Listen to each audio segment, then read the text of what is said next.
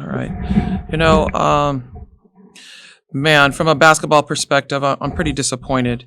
I'm disappointed that we didn't put a better product out there today, and specifically, our understanding of how tough it is to be able to rebound against the number one team in the nation. And you can say it so many ways, right? I've said it in a lot of different ways, but really trying to get our young women to hone in on the boxing out. We started to get them to miss shots, and we struggled getting them to box out. They started out on fire. They're not necessarily a phenomenal three-point shooting team. And we had to find ways to make adjustments, and we talked about it at halftime. I like that we gave them some tougher looks.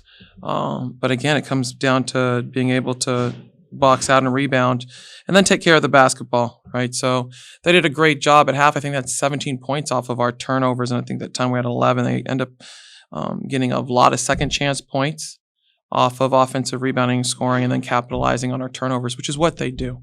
And I think from that point, I'm disappointed. What the positives from this game that I draw will always be that Texas State does a phenomenal job. Our administration does a phenomenal job of inviting the local students into our campus university, giving them an opportunity to watch a fun game as a reward, and them having an opportunity to see other young people out there, right, performing and playing sport, and hopefully being able to pour into them. That part I'm really excited about, and I really appreciate. And it started with Don before he was an athletic director, and now I know Lucas is the one who spearheads it for us. He's done a great job, and everyone now, as they talk about Texas State, and we talk about it even in meetings, they put us up there with the top tier as far as our kids game and just getting the kids excited, and they cheer regardless. And I think that's important. So a game like this, it's good for them to be there for our student athletes when we struggle to perform. With a game like this, I don't want to say the team needs to do some soul searching after this, but how does the team kind of bounce back from a performance like this, especially when you had a really good comeback win against Old Dominion, not coming back home and just not being able to find any rhythm against Troy? So it's going to be our job as a coaching staff to help them understand that there's always going to be peaks and valleys, but you cannot be so up and down where you have a gutsy. And we talked about it, right? We talked about the gutsy win and that performance, and then turn around right now and not play with that same level of heart and passion. We got to get that corrected. And it really, the juxtaposition of us on the road versus home is so stark. It's almost black and white at times is what we're seeing, that I've really pushed myself and our coaching staff to help our young women understand we have to get that piece corrected. Whatever it is that happens at home, doesn't happen on the road, and what happens on the road doesn't happen at home. And we need to bring that road mentality, that fighting mentality back here at home in front of our home fans.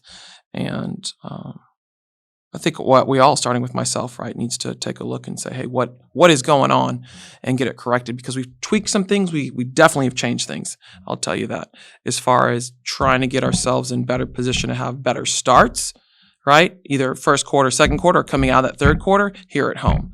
And so that's something we're going to have to be really consistent in, and taking a look at, and being able to help our student athletes, because we found when we made those changes, it helped us against South Alabama, who may not be right at the same level right now as a Troy, but that helped. And those same tweaks that we made, we actually took on the road as well, and it helped us at ODU. So we're going to have to take a look at that as a coaching staff, and for sure as a team. I'm sure they're going to have in-depth conversations.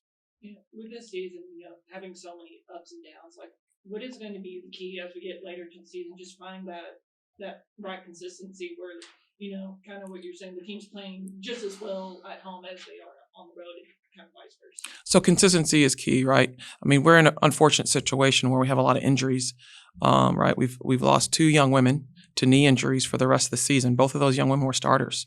So when that happens, it does create a ripple effect. And so being able now to kind of level your ship out and get it going is important. We have another student athlete who's out for undisclosed reasons as well, but health related. So those are part of the factors, right? And then when you combine that with having a want to by 6 seniors, and then some folks playing maybe not necessarily a natural position and trying to figure it out. Every time we hit one of these roadblocks and we hit adversity, it's taken us a while to get going again. And you're right.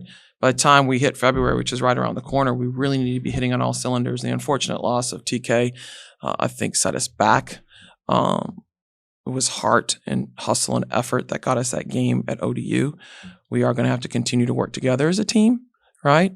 And be all right with the adversity. That's the cards that were dealt to us this season.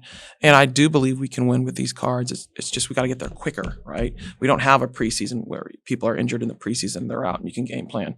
You got to be able to game plan within season and make those changes. So folks have to step up. And with this ULM game coming up this Saturday, just what are some key takeaways you kind of can learn from this game, but also just kind of put it behind y'all and just kind of refocus against Monroe? So takeaways from this game is our ability to be able to fight back in adversity. We have to be able to fight back, right? When you get knocked down, you got to get back up. You get knocked down again, you got to get back up. If they keep pushing you down, you got to fight and claw your way back. That's the biggest key takeaway. Continuously taking care of the basketball is going to be important for us. Not getting sped up is going to be important for us.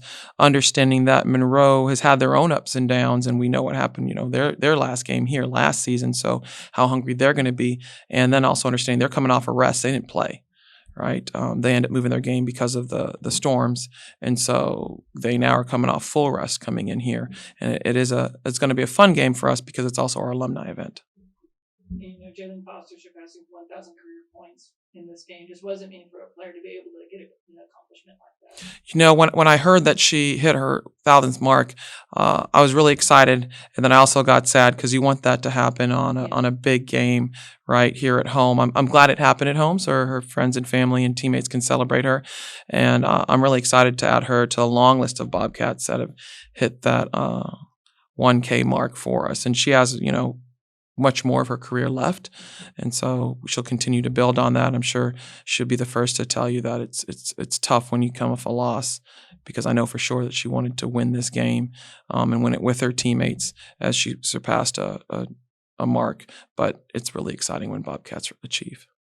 And kind of what you were talking earlier, with it being Kids Day, so many young folks like packing the arena, delivering the energy at 1,000%, no matter what the score was. But what does it mean to have so many kids out there, and just also just being able to provide them with an experience like that a lot of kids don't get to have?